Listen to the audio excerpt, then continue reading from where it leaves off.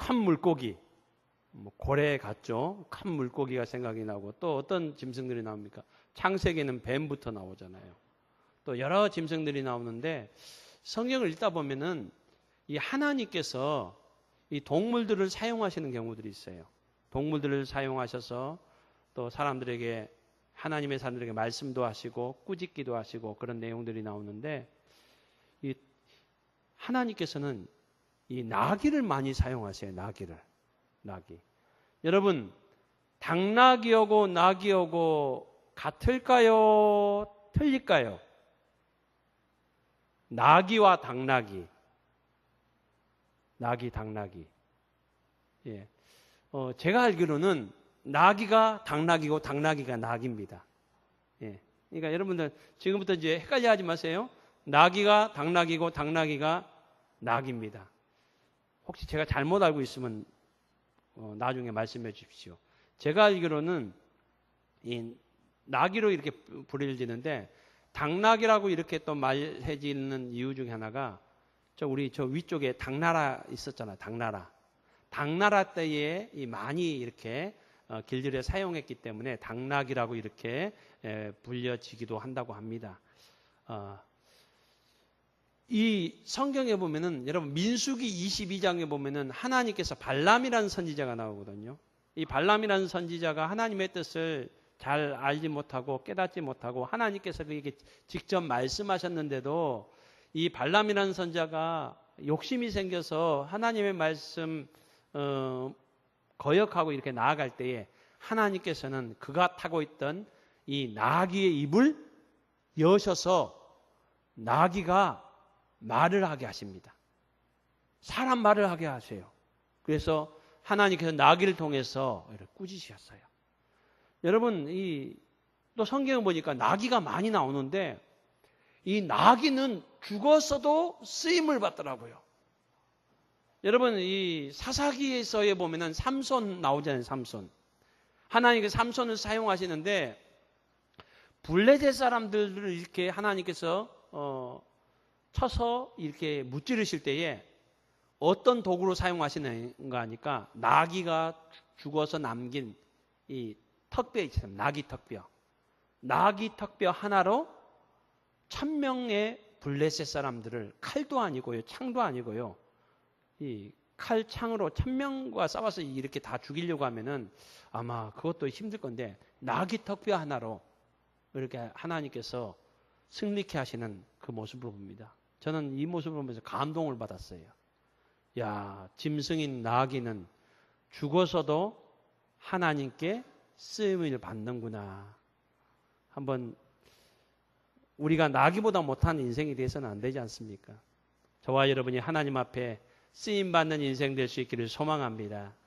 오늘 본문에 보면은 예수님께서 33년의 삶을 사시는데 그 가운데서 성경에 거의 기록된 것이 3년의 공생애입니다. 그 가운데서도 가장 많이 기록된 것이 십자가를 지시기 전에 일주일간의 이 삶입니다. 십자가를 지시기 위해서 예루살렘에 입성하시는 그 한 주간을 성경 가장 많이 기록하고 있습니다. 오늘 본문은 그 한 주간을 시작하는 그 모습, 시작을 보여주고 있습니다. 그래서 오늘 본문의 내용은 오늘 우리가 마가복음을 보고 있지만 마태복음, 마가복음, 누가복음, 요한복음 다 이 장면을 아주 자세하게 세세하게 이렇게 우리에게 묘사해 주고 있고 또 소개해 주고 있습니다. 여러분 오늘 보면은 이 나귀 새끼가 예수님께 쓰임을 받는 그 모습을 오늘 우리에게 보여주고 있습니다. 여러분 오늘 이 나귀의 모습을 통해서 하나님께서는 우리에게 말씀하십니다. 우리 주님께 쓰임받는 인생이 되라고 말씀하십니다. 한번 우리 서로에게 이렇게 권면합시다. 너무 그냥 빠지듯이 얘기하지 마시고요. 조용하게 너무 이렇게 격하게 말씀하시면은 좋은 말씀이라도 마음 문이 닫힐 수 있으니까 최대한 공손하게 옆에 분을 보면서 이렇게 얘기합시다. 예수님께 쓰임받는 인생이 됩시다. 예. 이런 말이 있잖아요. 저희 집에 강아지를 키우고 있는데 강아지보다도 못한 사람 인생 이런 말이 있는데, 여러분 이제 우리는 주님께 제대로 쓰임 받지 못하면 어떻게 얘기해야 됩니까? 나귀보다도 못한 우리가 사람이 됩니다. 여러분 우리가 주님 앞에 아름답게 쓰임 받는 우리 모두가 될 수 있기를 주님의 이름으로 축복합니다. 우리의 가정이 하나님께 쓰임 받고 특별히 우리 월계교회 공동체가 이때에 하나님께서 사용하시는 우리 공동체 될 수 있기를 소망합니다. 오늘 본문 말씀에서 저는 두 단어를 좀 주목하고 싶습니다. 이 두 단어가 반복적으로 나오면서 이 대비되어 나옵니다. 2절과 4절에 보면은 이 나귀가 매여 있었다라고 이렇게 반복해서 나오고 있습니다. 또 대비돼서 2절과 4절과 5절은 풀어라는 그런 단어가 이렇게 나오고 있습니다. 여러분 매여 있던 이 나귀가 예수님의 말씀에 의해서 그 매여 있던 것이 풀려지는, 그리고 예수님께 쓰임 받는 그 모습을 오늘 성경 우리에게 말씀해 주고 있습니다. 예수님은 우리의 인생을 묶기도 하실 수 있을 뿐 아니라 우리의 인생을 풀어주시는 분이심을 성경은 우리에게 곳곳에서 말씀해 주고 있습니다. 바라기는 저와 여러분의 인생 가운데 묶인 부분이 있다면 주님께서 풀어주시는 은혜가 저와 여러분에게 임할 수 있기를 소망합니다. 어떤 때요? 이 나귀가 주님의 말씀대로 주님께 사용되고 쓰임 받을 때 나귀가 묶여있는 상태에서 풀어졌다고 오늘 성경은 말씀해 주고 있습니다. 저와 여러분이 주님의 손에 하나님께 붙들림 받고 또 하나님께 아름답게 사용되면은 우리의 묶여있던 부분들이 풀어지는 은혜가 있게 될 줄로 믿습니다. 이런 은혜가 풍성하기를 주님의 이름으로 축복합니다. 여러분 하나님께서 우리에게 모든 것을 주셨습니다. 우리의 생명도 주셨고 우리의 많은 것들을 주셔서 시간도 하나님께서 주신 것입니다. 그래서 우리는 예배드리면서 우리 예물을 하나님 앞에 드릴 때 우리는 이런 예물 드리면서 이런 교독을 합니다. 모든 것이 주께로 말미암았사오니 우리가 주의 손에서 받은 것으로 주께 드립니다 라고 이렇게 고백합니다. 하나님께서 우리에게 주신 것입니다. 하나님께서 우리에게 맡기신 것입니다. 하나님께서 주시고 맡기신 것들을 우리가 바르게 사용하지 않으면은 하나님께서 그것을 묶으시는 경우들이 있습니다. 어떤 경우에는 물질을 묶으시고요. 어떤 분에게는 건강을 묶으시고요. 어떤 분들에게는 자녀를 묶으시고요. 어떤 분들에게는 이 관계를 묶으시는 경우들이 있습니다. 여러분 성경에는 욥처럼 하나님 앞에 의롭고 바르게 살았지만은 어려움과 고난 당하는 그런 경우들도 있지만은 오늘 우리의 삶 가운데 많은 사람들이 하나님께서 우리에게 맡겨주셨고 하나님께서 우리에게 위탁해 주신 그것을 우리가 하나님 앞에 아름답게 사용하지 못하고 우리의 욕심과 우리의 뜻대로 잘못 사용함으로 말미암아 하나님께서 묶어버리시는, 그로 인해서 우리에게 고통이 있고 아픔이 있는 그런 경우들이 많이 있음을 여러분 우리의 삶 가운데 우리가 보아왔지 않습니까? 보고 있지 않습니까? 여러분 이 묶인 것들을 풀 수 있는 유일한 방법은 바로 예수님께 나아가는 것입니다. 예수님만이 하나님께서 묶으신 것을 푸실 수 있는 유일한 방법이요 유일한 길입니다. 여러분 오늘 본문에서 묶여있던 이 나귀를 주님 말씀으로 푸셨던 것처럼, 그리고 주님께서 사용하셨던 것처럼 저와 여러분의 묶인 부분들이 주님 앞에 아름답게 쓰임받음으로 풀려지는 여러분의 건강과 물질과 자녀의 문제와 관계에 막힌 부분들이 다 풀어지는 은혜가 있기를 주님의 이름으로 축복합니다. 여러분 요한복음 11장에 보면 성경 곳곳에서 그런 내용들을 말하고 있습니다. 특별히 오늘 본문과 관련돼서 요한복음 11장에 보면은 여러분 이 베단이라는 곳에 이 3남매가 살았습니다. 이 부모님은 일찍 이 땅을 떠나셨고 이 나사로와 마르다와 마리아, 그 중에 이 나사로가 이렇게 죽었습니다. 그리고 장사를 지었습니다. 우리나라는 되게 이제 땅에 묻지 않습니까? 그렇지만은 유대인들은 굴, 이 동굴 같은 데 시신을 넣고 거기 돌로 이렇게 막습니다. 이와 같이 나사로도 장례를 지냈습니다. 이 장례를 지낸 지 4일이 됐습니다. 4일. 날씨가, 그곳 날씨는 우리는 여름철 이렇게 막 뜨거워서 힘들잖아요. 이런 날씨가 계속됩니다. 그러니까 여러분, 땅에 묻은 것도 아니고 굴에 이렇게 돌로 이렇게 막았으니까 시신이 얼마나 빨리 부패되었겠습니까? 밖에 있어도 막 썩는 냄새가 진동을 합니다. 그때 예수님께서 이렇게 말씀하십니다. 한번 따라했으면 좋겠습니다. 풀어놓아 다니게 하라.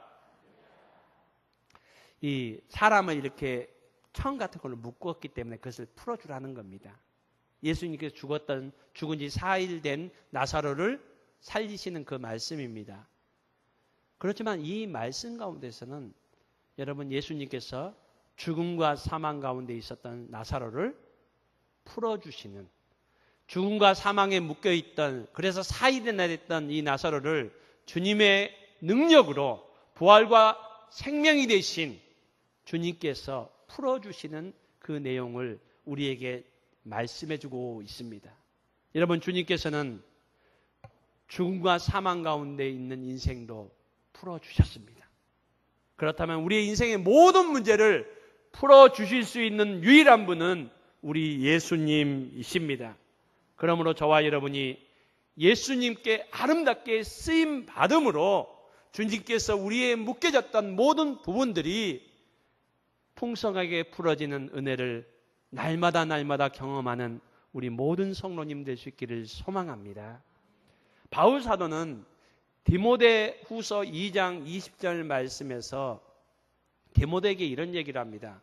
큰 집에는 금그릇도 있고 은그릇도 있고 나무그릇도 있고 질그릇도 있다라고 이렇게 얘기합니다. 큰 집이라는 것은 이 세상을 이렇게 말합니다. 이 세상에는 여러분 다 눈이 두 개고 코가 하나고 입이 하나고 귀가 둘이고 다 똑같아 보이지만은 보이지 않는 다 이게 있어요. 다 있잖아요. 여러분 아무나 강남 못 살잖아요. 예? 또 아무나 뭐 대치동 못 살고 뭐 제가 서울에 안 살아 잘 모르는데 이 뭐 강남 대치동 그런 데가 뭐 잘 사는 사람들이 있다고 하더라고요. 예. 여러분 똑같아 보여도 어떤 사람들은 돈을 많이 가졌고 많이 배웠고 더 건강하고 더 많은 것을 누리고 보이지 않는, 옛날에는 노예제도가 신분제도가 있었고 인도에는 카스트 제도가 있었는데 요즘은 그런 것이 없는 것 같아도 여러분 그런 것이 있잖아요. 눈에 보이지 않는, 어떻게 보면은 금그릇 은그릇, 예? 나무그릇 질그릇, 한번 저와 여러분은 어떤 그릇인 것 같습니까? 예? 어떤 그릇인 것 같습니까? 여러분 이 그릇 중에 어떤 것이 세상에서 귀한 그릇이라고 얘기합니까? 다 금그릇이라고 얘기할 겁니다. 그래서 금수저, 흙수저 얘기하잖아요. 여기 보면 대부분 흙수저 물고 태어나셨구만요. 저도 그렇고 여러분도 그러고. 예. 여러분 그런데 바울 사도는 디모데에게 이렇게 얘기합니다. 오늘 우리에게 이렇게 얘기합니다. 금그릇, 은그릇, 나무그릇, 질그릇이 있는데 어떤 그릇이 귀한 그릇이냐? 귀한 그릇은요, 하나님께서 사용하시는 그릇이 귀한 그릇이다 이렇게 말씀합니다. 여러분 저와 여러분이 하나님께 쓰임받는 그릇 될 수 있기를 소망합니다.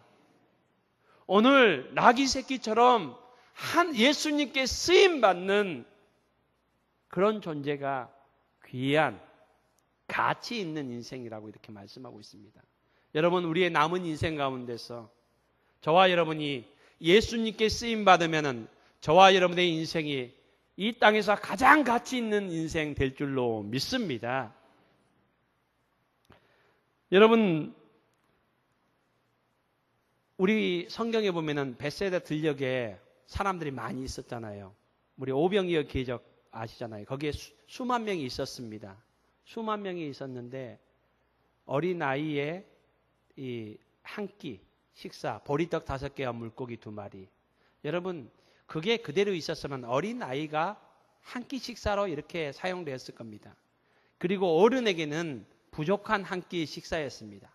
그렇지만은 그 보리떡 5개, 물고기 2마리, 어린아이 그냥 한 끼 식사예요. 아무것도 아닐 수 있어요.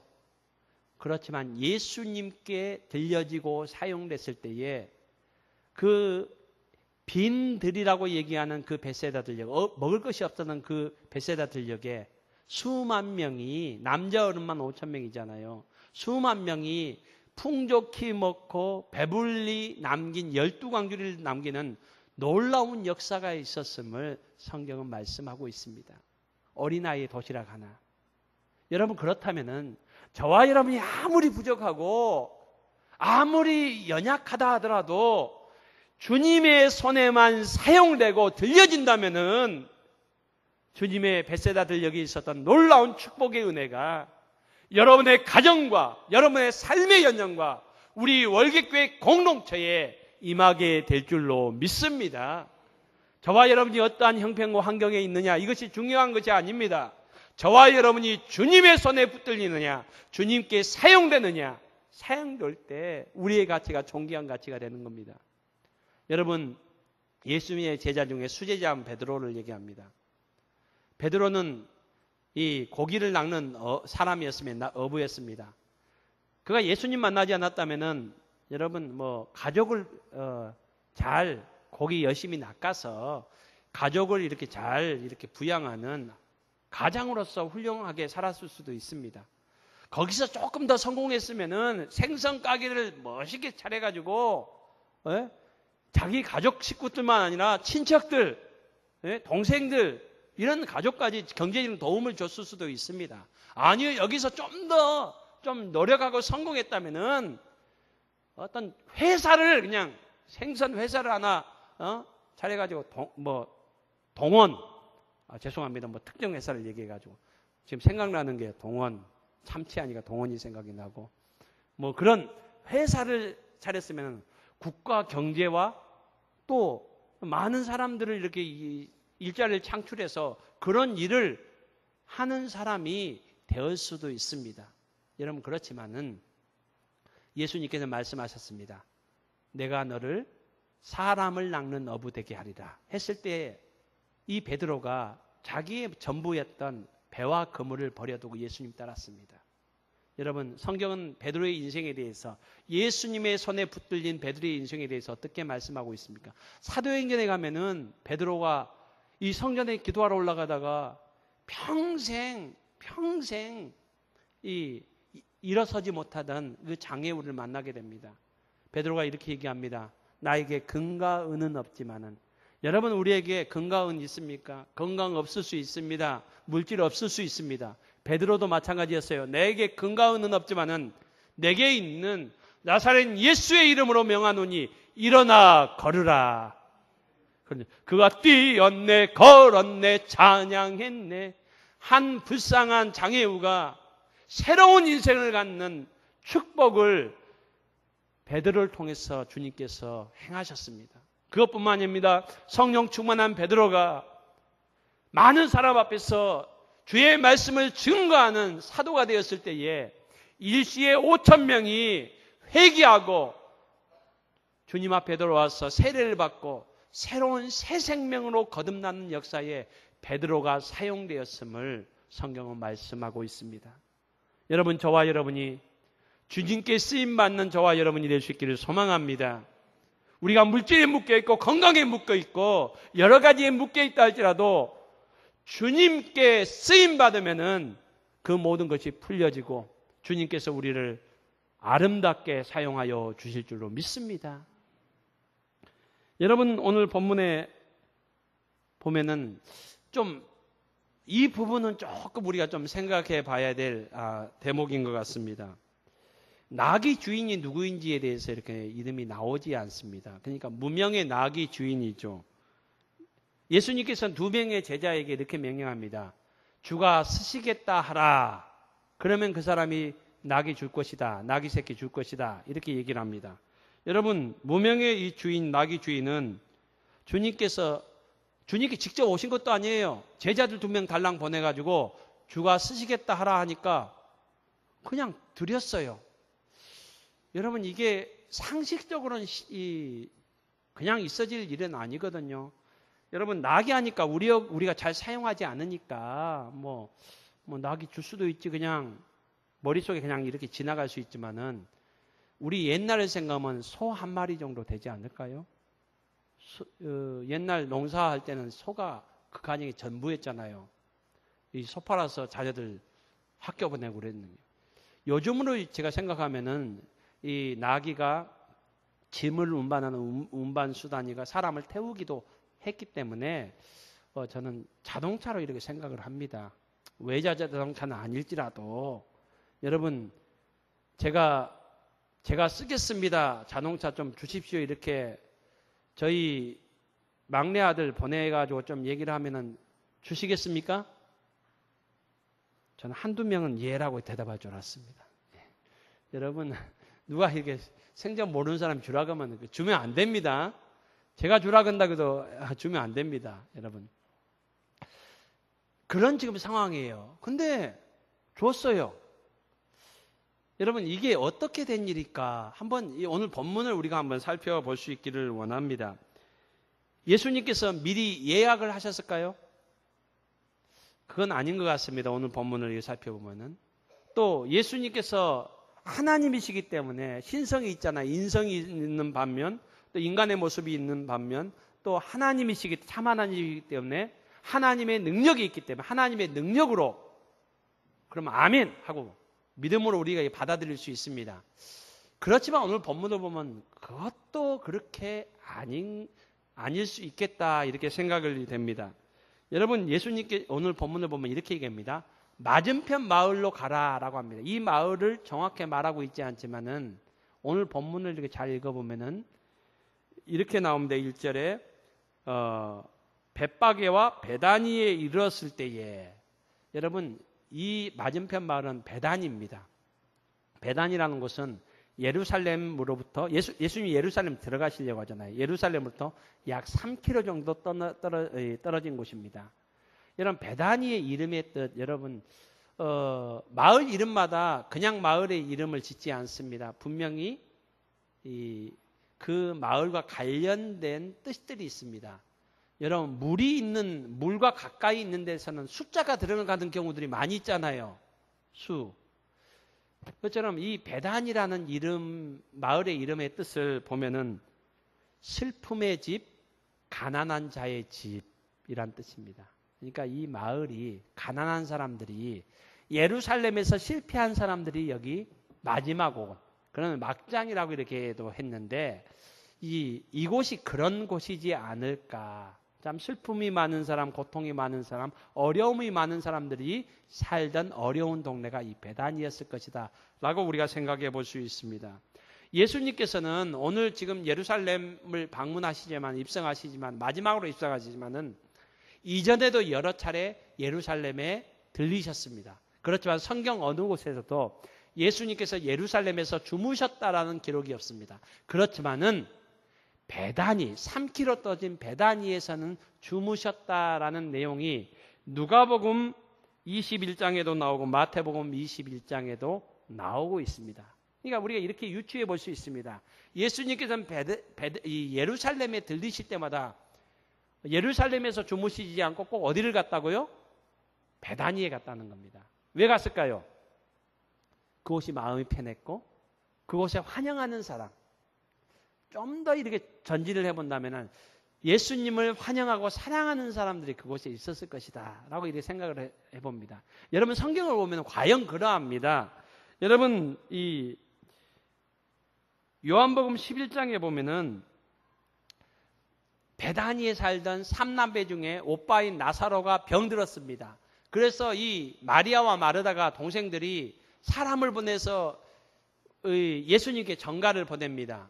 뭐라고 이렇게 전가를 보면, 당신이 사랑하는 사람이 병들었습니다. 그러니까 나사로라고 얘기도 되는데 뭐라고 얘기하는 거예요? 당신이 사랑하는 사람. 그러니까 동생 마르다와 마리아는 예수님이 나사로를 사랑하고 우리들을 사랑한다는 것을 철석같이 믿고 있었다는 겁니다. 그리고 이 말씀을 기록하는 사도 요한은 5절 말씀에 11장 5절 말씀에서 이렇게 기록하고 있습니다. 예수께서 본래 사랑하시더니. 사도 요한은 예수님 따라다니면서 옆에서 지켜봤던 사람입니다. 그 사람이 이 사건을 기록하면서 뭐라고 기록하고 있어요? 예수님은 마리아와 마르다와 나사로를 원래부터 사랑했던 사람, 특별히 사랑했던 사람이다라고 이렇게 기록하고 있습니다. 여러분 36절에 보면 또 이런 기록이 나옵니다. 죽은 나사로, 예수님 나사로 죽은 후에 왔어요. 죽은 나사로를 보시면서 예수님께서 눈물을 흘리십니다. 이 광경을 보면서 유대인들은 베다니 동네 사람들입니다. 베다니 동네 사람들이 뭐라고 얘기합니까? 예수께서 그를 얼마나 사랑하셨는가. 그러니까 이 베다니 사람들도 알고 있습니다. 예수님께서 나사로를 얼마나 사랑하시는지 알고 있다는 겁니다. 이것만 봐도 예수님께서 이 나사로의 가정을 사랑하셨을 뿐만 아니라 베다니에 사는 사람들과 밀접한 관계가 있었다. 그것을 우리가 알게 됩니다. 여러분, 예수님께서 왜 꼭 베다니에서 주무셨을까요? 예수님은 베다니를 사랑하셨습니다. 베다니에 살고 있는 사람들을 사랑하셨습니다. 그것뿐만 아니라 베다니는 예수님을 사랑하였습니다. 베다니에 있는 사람들은 예수님을 다른 어떤 지역에 있는 사람보다 사랑하였습니다. 여러분, 예수님이 마지막 승천하실 때의 기록이 누가복음 24장에는 나옵니다. 여러분, 예수님께서 마지막 승천하실 때에 11명의 제자들을 데리고 하셔서 마지막 축복하시고 승천하십니다. 그런데 이 누가는 예수님께서 마지막 제자 11명을 데리고 하셔서 그들 축복하시고 승천하시는 그 지명을 기록하고 있습니다. 여러분, 사람이 이렇게 나이가 들수록 생각나는 것이 있잖아요. 내 고향 생각나잖아요. 내가 자랐던 곳, 나에게 특별히 의미가 있는 곳. 여러분, 예수님의 고향 하면은 뭐 갈릴리, 나사렛 이렇게 생각할 수 있는데, 여러분, 예수님께서 마지막 승천하시기 전에 11명의 제자들을 데리고 하셔서 그들을 축복하시고 승천하셨던 그곳이 어디일까요? 누가복음 24장 50절에 보면은 누가는 베단이라고 이렇게 얘기합니다. 이곳을 빼도 돼요. 그런데 베단이라고 기록하고 있어요. 참 힘들게 살아갔던, 눈물이 많았던, 고통이 많았던 그 사람들이 그 곳에서 예수님께서는 마지막 승천하시면서도 이곳을 들렸다는 것을 성경은 우리에게 말씀해 주고 있습니다. 여러분, 마가복음 14장에 보면은 이 문둥병자였던 시몬이 자기의 집에서 예수님을 식사를 대접하는 사건이 나옵니다. 여기서 문둥병자였던 시몬이라고 나오는데, 그때도 문둥병자였다는 것이 아니라 예전에 문둥병자였는데, 나환자였는데 예수님께서 그를 고쳐주셨고 이제 온몸이 깨끗해졌는데, 이 시몬이 그것에 감사하고 예수님 너무 사랑해서 자기 집에 식사 초대를 했고 또 이렇게 대접하고 있는 내용입니다. 여러분, 예수님께서 나병 환자를 고쳐주신 사건이 몇 곳 나옵니다. 그렇지만 성경에서 그를, 예수님을 고쳐주신 예수님께 감사하면서 자기 집에 식사 초대한 사건은 베다니에 살았던 시몬만을 얘기하고 있습니다. 또 그때에 또 한 사건이 나옵니다. 예수님께서 이런 말씀합니다. 복음이 전해지는 곳마다 이 여인이 행한 행위도 기억되고 증거되어야 하리라. 여러분, 그 사건이 어디서 일어났을까요? 베다니에서요. 베다니에 살고 있던 마리아가 향유옥합 300데나리온 값어치가 있는 그것을 깨뜨려서 예수님께 드렸습니다. 주위에 있는 제자들은 허비했다, 낭비했다, 꾸중했습니다. 그렇지만 예수님께서는 귀하게 여겼습니다. 그 사랑을 예수님께서는 받으셨습니다. 지금 이 사람들이 어디에 살았던 사람입니까? 바로 베다니에 살았던 사람입니다. 여러분, 나귀 새끼를 예수님께서 제자 2명에게 얘기합니다. 주께서 쓰시겠다 하라, 이렇게 얘기해라. 그러면 예수님께서 이렇게 말씀하십니다. 즉시 오늘 성경에 보면은 3절에 보면은 그가 듣는 즉시 주께서 쓰시겠다는 이 말을 듣는 즉시 보내리라 라고 합니다. 여러분 이 계약서 씁시다. 지금으로 얘기하면 신분증 맡기십시오. 이런 얘기 안 한다는 겁니다. 예수님께 쓰시겠다 하면 즉시 보내겠다는 겁니다. 어떤 사람이요? 베다니에 살고 있던 사람, 그 사람이요.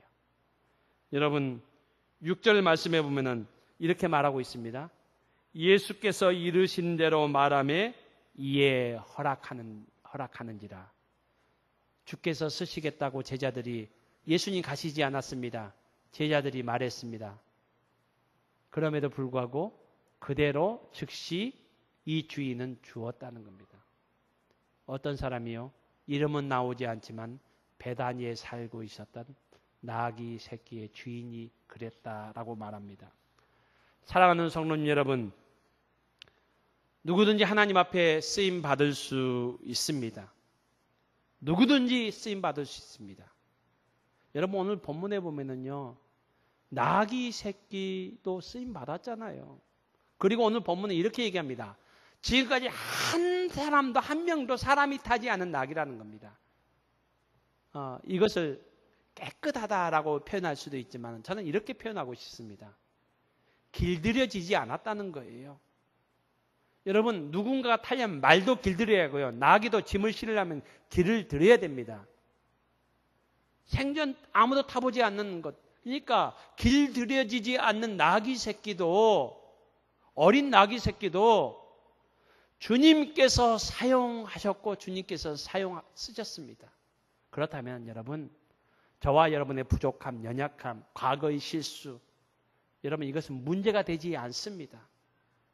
우리가 주님께 쓰임 받으려는 우리의 믿음과 결단만 있다면 주님께서 우리를 사용하실 수 있습니다. 여러분 주님께서 누구나 사용하실 수 있습니다. 여기 예배에 참석한 우리 모두가 주님께 쓰임 받을 수 있습니다. 아멘. 여러분 그렇지만은 아무나 누구나 쓰임 받지는 못합니다.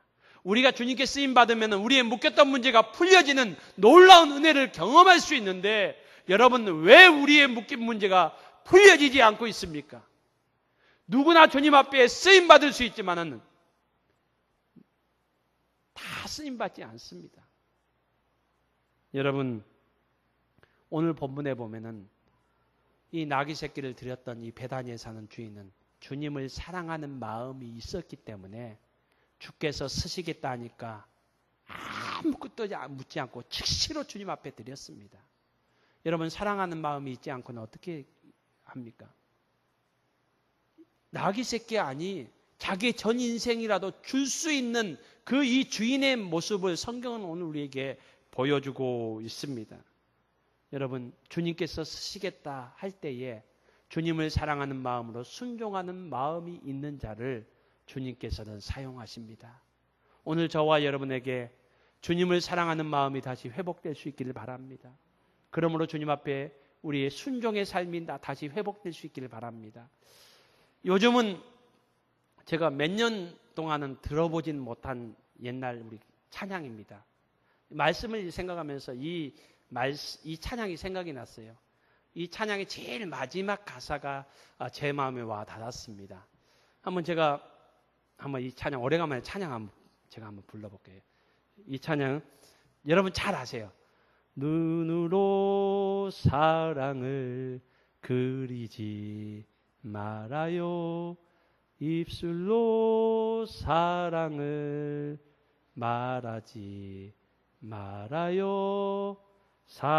영원한 사랑을 바라는 사람은 사랑의 진리를 알지요.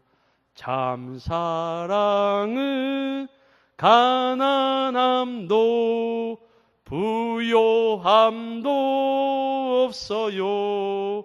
괴로움도 즐거움도 주와 함께 나눠요. 나의 가장 귀한 것 그것을 주는 거예요. 나의 가장 귀한 것.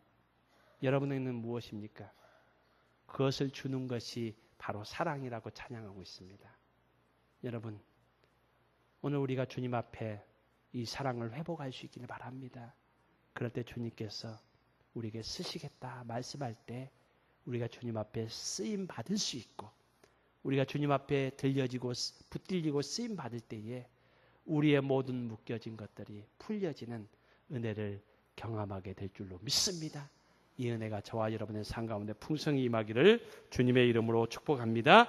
우리 함께 찬송가 545장을 찬양하겠습니다.